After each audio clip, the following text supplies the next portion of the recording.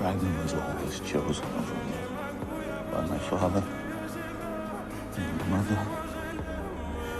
and my Lagatha. Why would I not want to betray him? Why would I not want to scream at him? See, I am a liar too. Being alive is nothing. Doesn't matter what I do. Ragnar is my father, he is my mother, he is Lagatha, he is Siggy.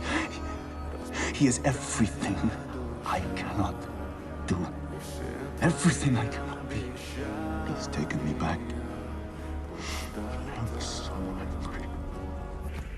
Why am I still so angry? You tell me, wise one.